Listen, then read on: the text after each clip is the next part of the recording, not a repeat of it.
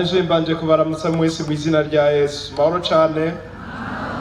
Amahoro mwese. Yesu nashimwe. Turanezerewe cyane kuronka kano kanya ko kuba hano ngo tuvugane ijambo ry'Imana. Turafise intasho kuva muhira no kumusi w'Imana heze twara ahantu kwikanisa mu ihimbure baradutumanye intasho, mwakira intasho zabo. Dusome ijambo ry'Imana mu butumwa bwiza uko bwanditswe na Mariko igice c'10 umurongo wa 45. Turafise ijambo ry'Imana tugomba tuvuganeho. Tumaze iminsi hano mu gikorane twumva amajambo y'Imana kandi twarumvise byinshi. N'uyu munsi Imana iracashishikara kutugaburira amajambo y'Imana. Ku munsi w'ejo twarumvise ububasha bumira ubundi bubasha bwose. None muri kano kanya naho twumva tuvugane ku ijambo ryerekana umukozi akomeye w'umuhinga asumba abandi bakozi bose mumaze kubona, nawe ni Yesu Kristo. Yesu nashimwe. Yesu nashimwe. Hariya hakurya Yesu nashimwe. Aha hepfo Yesu nashimwe. Aha imbere Yesu nashimwe. Ubu niwe twamamaza, Yesu niwe twamamaza. Dusome igice c'10 ubutumwa bwiza bwa Mariko umurongo wa 45. Havuga ngo, Mariko igice c'10 umurongo wa 45, kuko nanone umwana w'umuntu atazanywe no gukorerwa atari ugukorera abandi no gutanga ubugingo bwiwe kw'incungu ya benshi. Ndasubiramwo, kuko nanone umwana w'umuntu atazanywe no gukorerwa atari ugukorera abandi no gutanga ubugingo bwiwe kw'incungu ya benshi. Yesu nashimwe. Hano dusomye ijambo ry'Imana. Abantu banditse Bibiliya ubutumwa bwiza bune baragaragaje kumwerekana mu buryo butandukanye. Matayo aramwerekana nk'umwami, hano Mariko ahashitse acamwerekana nk'umukozi. Ni watubwiye ngo kuko nanone umwana w'umuntu, mbega umwana w'umuntu ninde? Ni Yesu. Atazanywe no gukorerwa atari ugukorera abandi no gutanga ubugingo bwiwe kw'incungu ya benshi. No munsi rero twagomba tuvugane kuri iri jambo. Yesu yaje nk'umukozi adukorera. Yesu nashimwe. Shengero ry'Imana munezerwe, turafise umukozi akomeye cyane, ni Yesu Munyanazareti. Twagomba tuvuga ibikorwa akora byinshi, muze kumuha igikorwa mwumvise ibyo akora. Ariko nagomba mbaze, mbega muba mufise ibikorwa muhava mu uyu mukozi akomeye? Aha hepfo murafise ibikorwa muhava mu muhakora? Aha imbere murafise ibikorwa muhava mu muhakora? Hariya muri tribune hariya murafise ibikorwa muhava mu muhakora? Yesu nashimwe. Mbega inyuma aho turafise ibikorwa duhava tumuhakora? Imana nishimwe cyane. Yohana nawe yaramwerekanye rero nk'umukozi yagutse cyane. Uyu mukozi duhagarara kuri iri jambo, ariko nagomba nkwereke uze kumuha akazi wabonye ibikorwa akora. Yohana mu gice cya mbere ciwe yavuze ngo ubwa mbere na mbere jambo yariho, kandi uwo jambo yari Imana.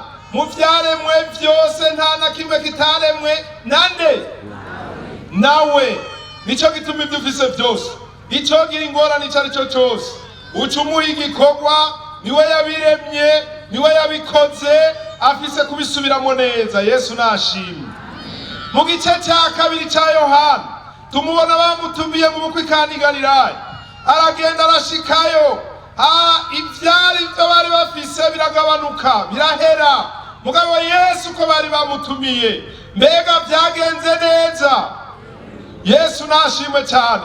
Uno munsi rero umuntu yajyana mu gikorane, utumire Yesu muri bya bibazo byawe, muri za ngorane zawe, muri ya maganya yawe. Yesu mujyane. Yesu arimo byose bigenda gute?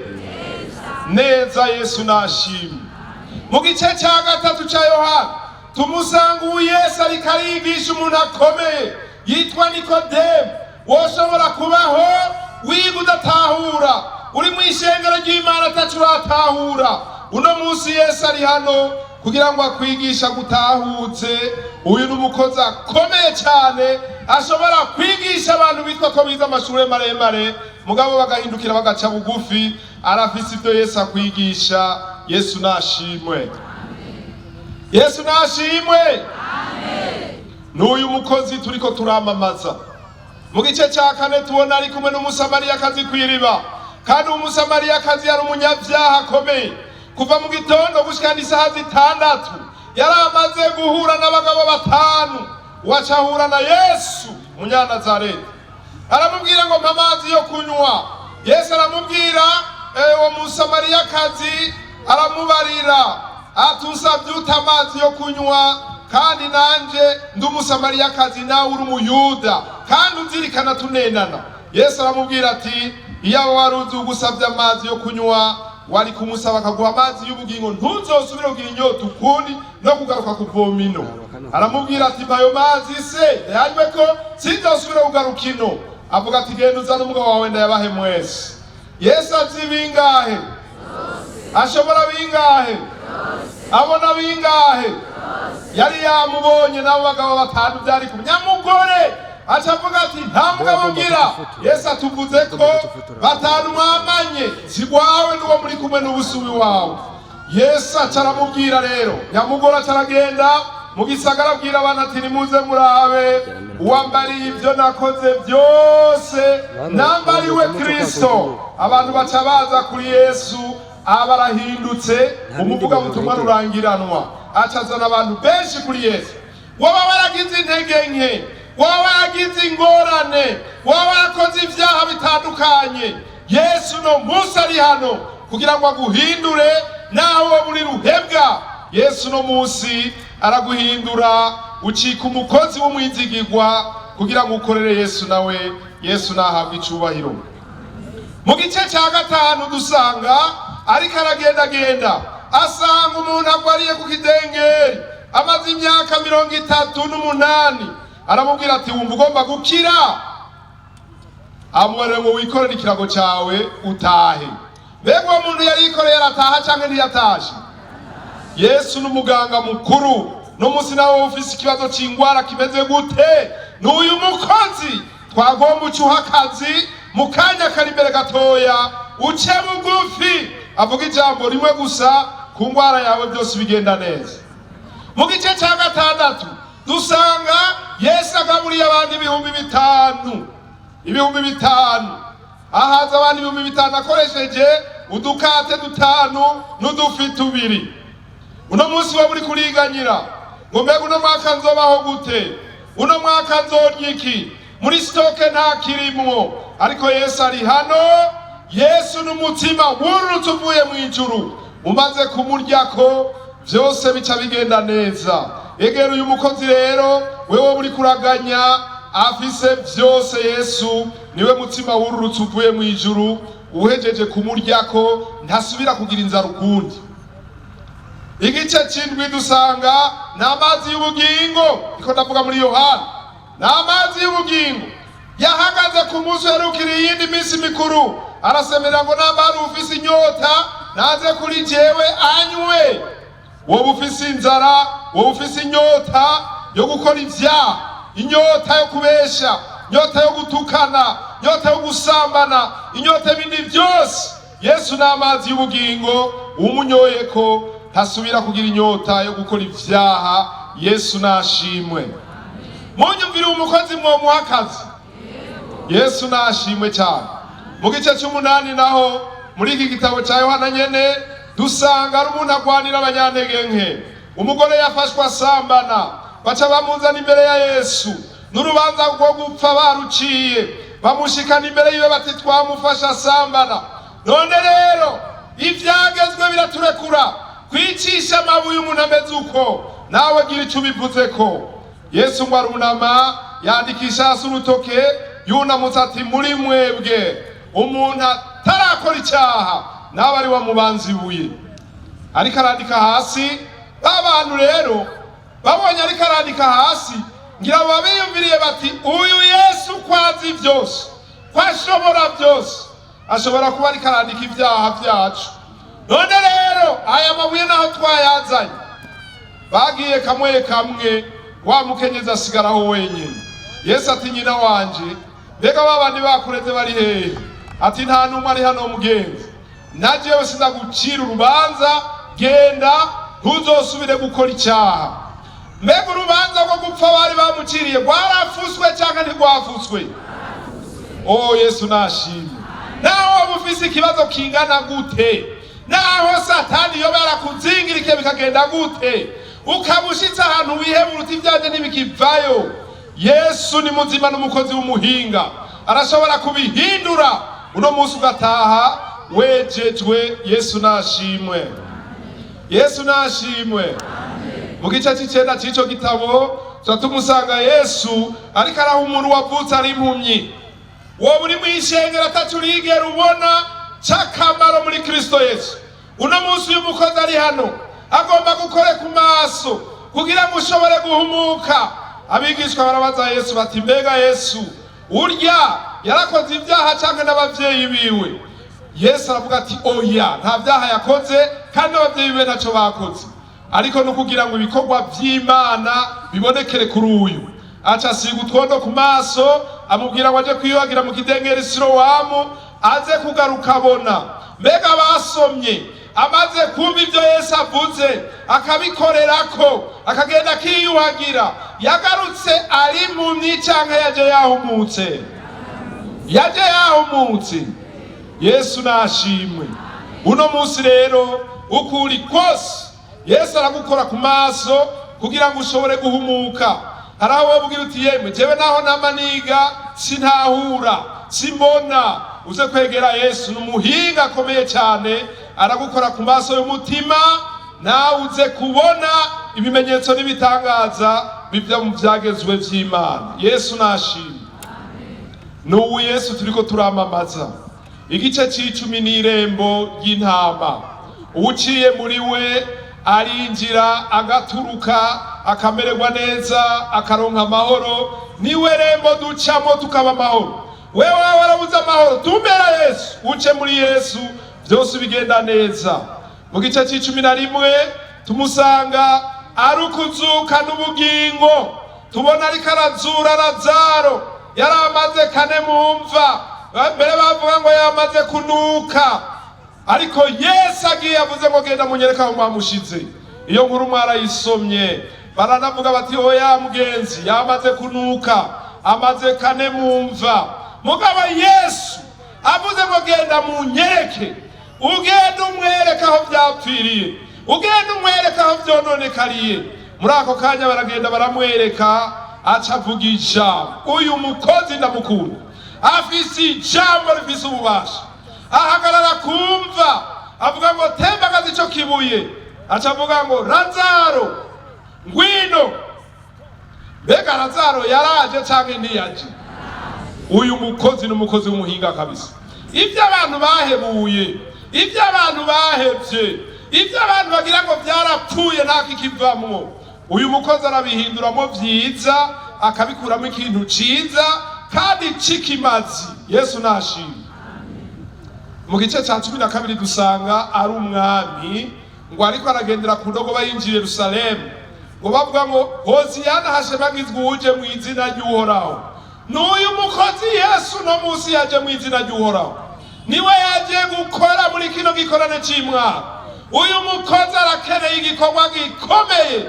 Natwe tuvuge tuti Hoziyana hashemagizwe uje mu izina ry'Uhoraho. Uwo nawe ninde? Ni Yesu. Hallelujah. Yesu nashimwe.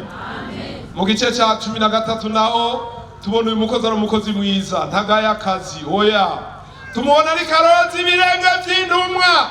Intumwa nizo zari zikwiye kumwoza ibirenge, mugabo Yesu bariko bararya. Bazabona hagurutse, aca afata icyambazo, ahitana amazi, yuhagira ibirenge vy'intumwa.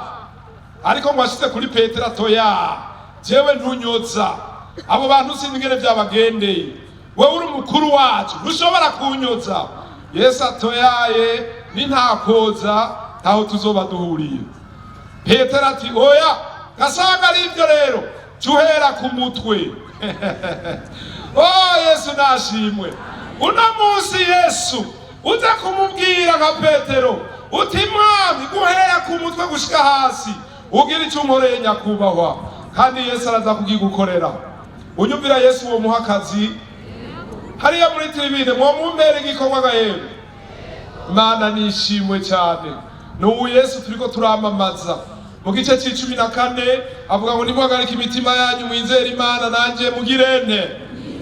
Haleluya. Abantu muganya, abantu mufise amaganya, abantu mwihebuye, uyu mukozi w'umuhinga arashobora kuguhoza, arashobora kugukiza, arashobora kugufasha ayo maganya ufise. Niwamuha umwanya yose uraza gusanga yabikoze neza. Mu gice ca 15 n'umuzabibu natwe turamashami. Nimwikonekite kuri we rero, duce twicomeka kuri we. Nta ngorane tuza kugira mu gihe tuza kuba turi kuri Yesu. Yavuze ngo ntacyo mubasha mutamfise. None rero no munsi y'umukozi tumwakire, tumujane mu mihana yacu, mu bikorwa vyacu. Yesu nashimwe. Mu gice ca 16 naho ni watanga muhemuga. Abantu mumaze igihe kirekire turondera muhemu yera. Yesu ni watanga muhemu yera. Yavuze ngo ni ntagenda umwica ntazoza, ariko niyo nagenda nzobarungikira umwica, nawe azoza kuri mwega bigisha bashitse kumenya ukuri kose. Mbega igihe yagenda yararungitse muhemu yera. Uyu mukozi ntabesha, aguhaye rendezvous niyo nyene aca barungikira muhemu yera. Uno munsi abantu murondera muhemu yera, uyu mukozi ari hano ngo abatize muri muhemu yera. Yesu nashimwe. Yesu nashimwe. Reka tumushima, arakwiye gushimwa Yesu. Mu gice c'17 ngo numuhereza asengera abandi. Yesu rero ukaba ugomba abantu bagusengera. Hari n'abantu baragira ngo naragwaye ntibaza kundaba, naragwaye sinagira uwungarukirako. Uyu mukozi we ntasiba, uyu mukozi we ntasinzira. Yesu nashimwe. Ego kabisa asengera biwe. Mu gice c'18 Yesu n'umuntu yababajwe w'akarorero. Naba waraciye mu bikubabaza, naba waraciye mu bikugirira nabi, uyu Yesu we nagaheta. Mu gice c'19 n'uwabambwe turabambugwa. Yabambwe mu gishingo cyawe, mu gishingo cyane natwe turabambugwa. Mu gice ca 20 yarazutse. Mu gice ca 21 asubiza abantu bagize intege nke bakagenda basubira inyuma, abasubiza mu bikorwa byabo. Iyo bagarutse bakegera intebe yiwe, tumubona yasanze Petero yasubiye inyuma, aramubwira ngo Petero urankunda? Ati ndagukunda, ahura imyagazi yaje. Ariko ntimwibagire ko yari yasubiye inyuma. Nawe wasubiye inyuma, wewe uri kuratwumva, hariho umukozi w'umuhinga kandi w'umunyakigongwe aragusubiza mu kibanza cyawe. Yesu nashimwe.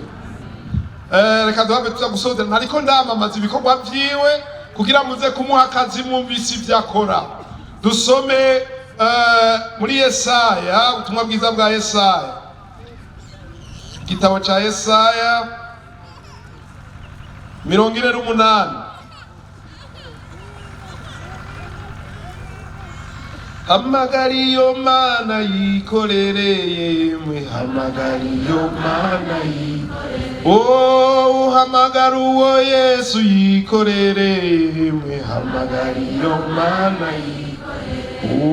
Izobikora yemwe, izobikora iyo Mana izobikora, izobikora amahanga azobibona, izobikora bose batangare.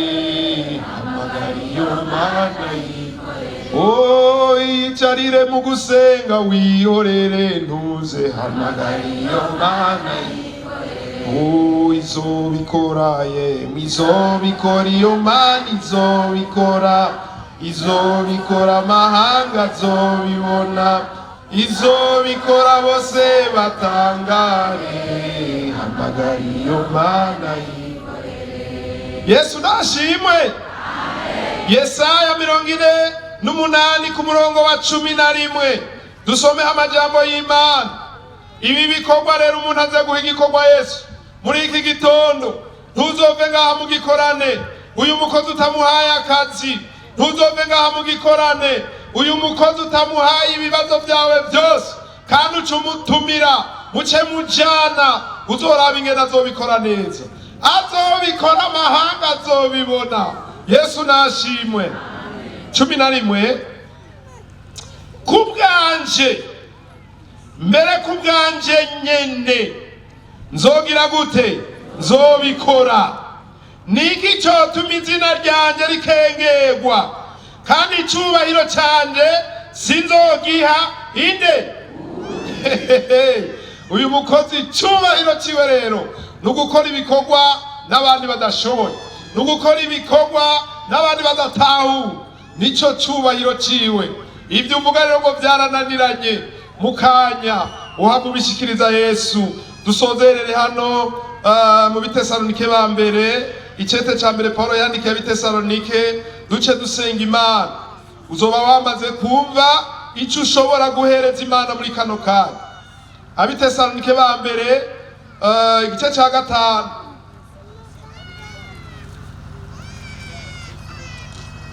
igice ca 5, Tesalonike ya mbere 5.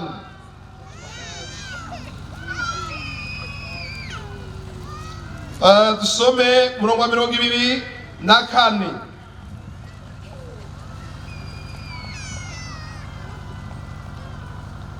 24 havuga ngo ibahamagara niyo kwizigirwa no kubikora izogirane.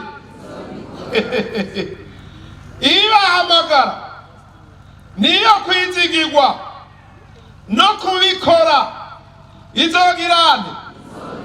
Izobikora. Ni imirongo y'ijambo ry'Imana. Mbega urafise igikorwa uha Yesu? Mbega urafise umutwaro uha Yesu? Mbega urafise ingwara uzanira Yesu? Mbega urafise amageragezwa uzanira Yesu? Nta na kimwe adashobora, ashobora byose. Uwabahamagaye, uwaguhamagaye nuwo kwizigirwa no kubikora azogirane. Ni imirongo twagomba dusangiremo ko dusenga Imana muri kino gitondo. Abayumvise mu isi Yesu abahezagire. Twagomba duhe kaze rero umuntu afise ari umutwa ashoboye, n'umukozi asabye akazi, muhereze igikorwa rero, muhereze igikorwa kore. Muhereze igikorwa kore muri kino gitondo. Duhe Yesu umwanya akore mu bugingo bwacu muri iki gikorane.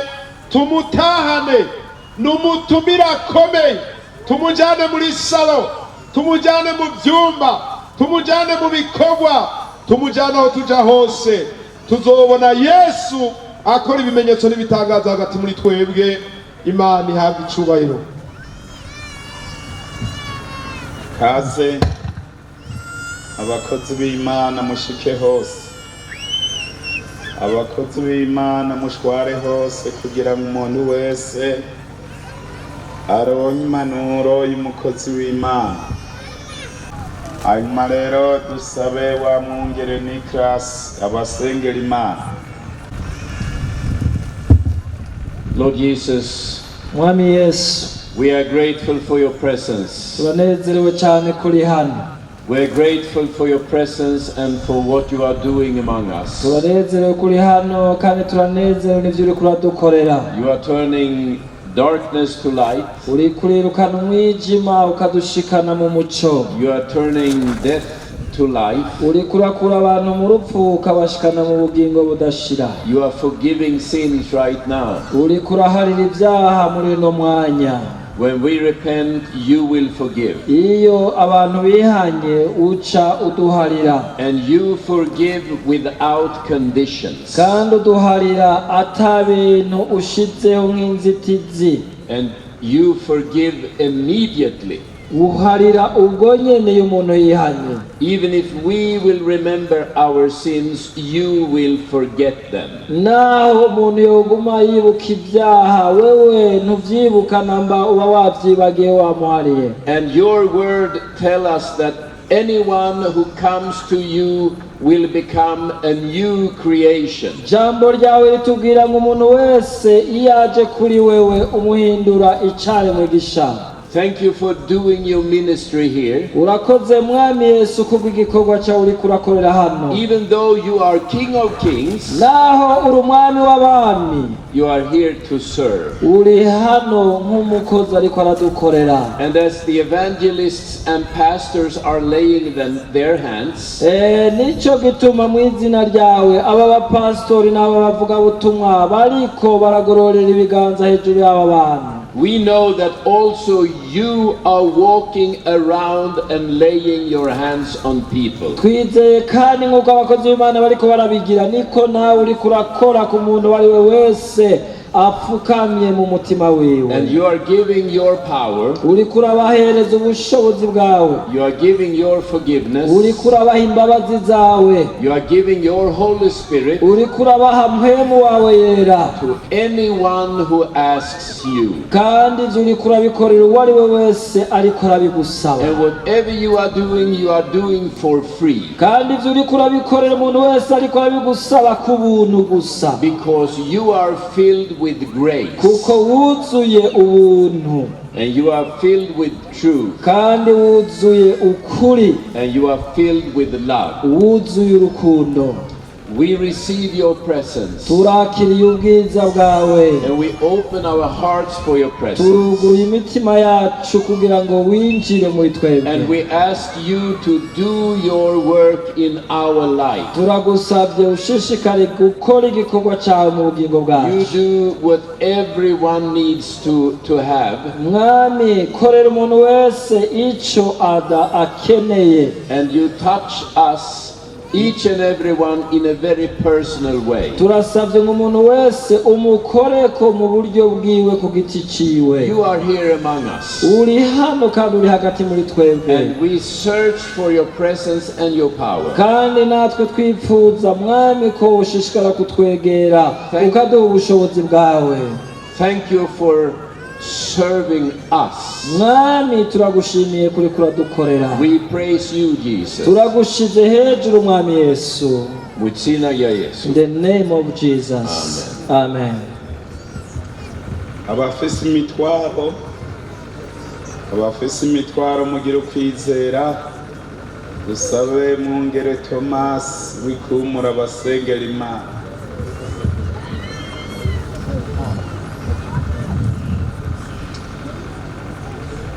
Herre Jesus Kristus, så tackar dig för att du är världens frälsare. turagushima Yesu kuri hano kugira ngo urokore ukize. Jag tackar dig för att du har fått all makt i himlen och på jorden. turagushima ko ufise ububasha mu ijuru no mu isi. Jag tackar dig för att du är densamme igår som idag. turagukengurukiye kandi kuko wari uri ejo n'uno munsi ko ari kuri. Och jag tackar dig för att du har burit våra sjukdomar upp i din egen kropp.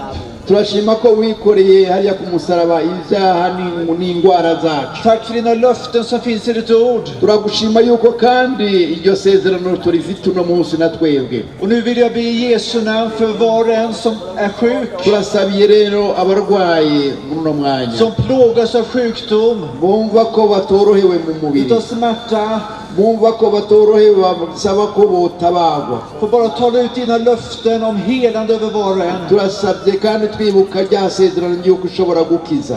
Kom med din helande kraft. turasabye ngo inkomezi zawe zize Kom med din befriande kraft. kugira ngo babohoke.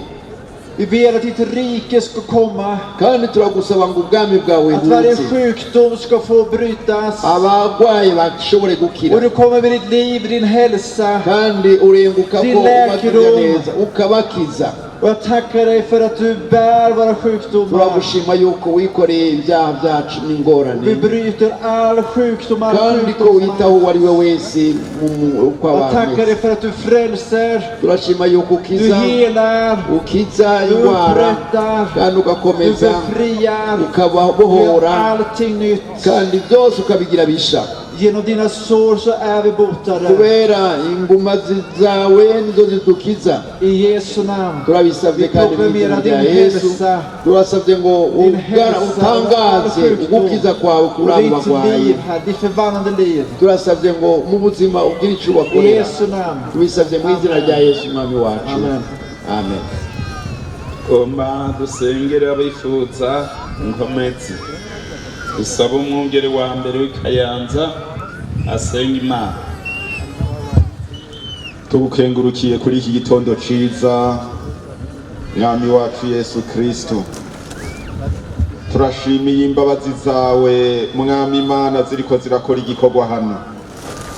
Turashimye urukundo wakunze abantu bawe ukemera kubakorera byose kugira ngo baronke amahoro n'umwidegemvye. None rero mwami, muri iki gitondo duciye bugufi imbere yawe kugira ngo duhe ku nkomezi zawe, duhe ku bubasha bwawe, bwa bubasha buhambaye bukura byose, bwa bubasha buhambaye atakibuhagarara imbere, bwa bubasha buhambaye buremesha imitima, bwa bubasha buhambaye butsinda amashetani, bwa bubasha buhambaye mwami bukora ibitangaza n'ibimenyetso, bwa bubasha bubonekera muri mpwemu yera. None abantu bawe turi imbere yawe mwami muri iki gitondo, turagusabye uduhe kuri ubwo bubasha, usubire Mana utwuzuze mpwemu wawe kugira ngo dukwize ishimwe ryawe. Urakoze Yesu, turabigushimiye, twizere iyo dusabye ko biduha, ni mu izina ryawe ryera, amen. Nuko musure mu bibanza mujana kwizera twabasengeye.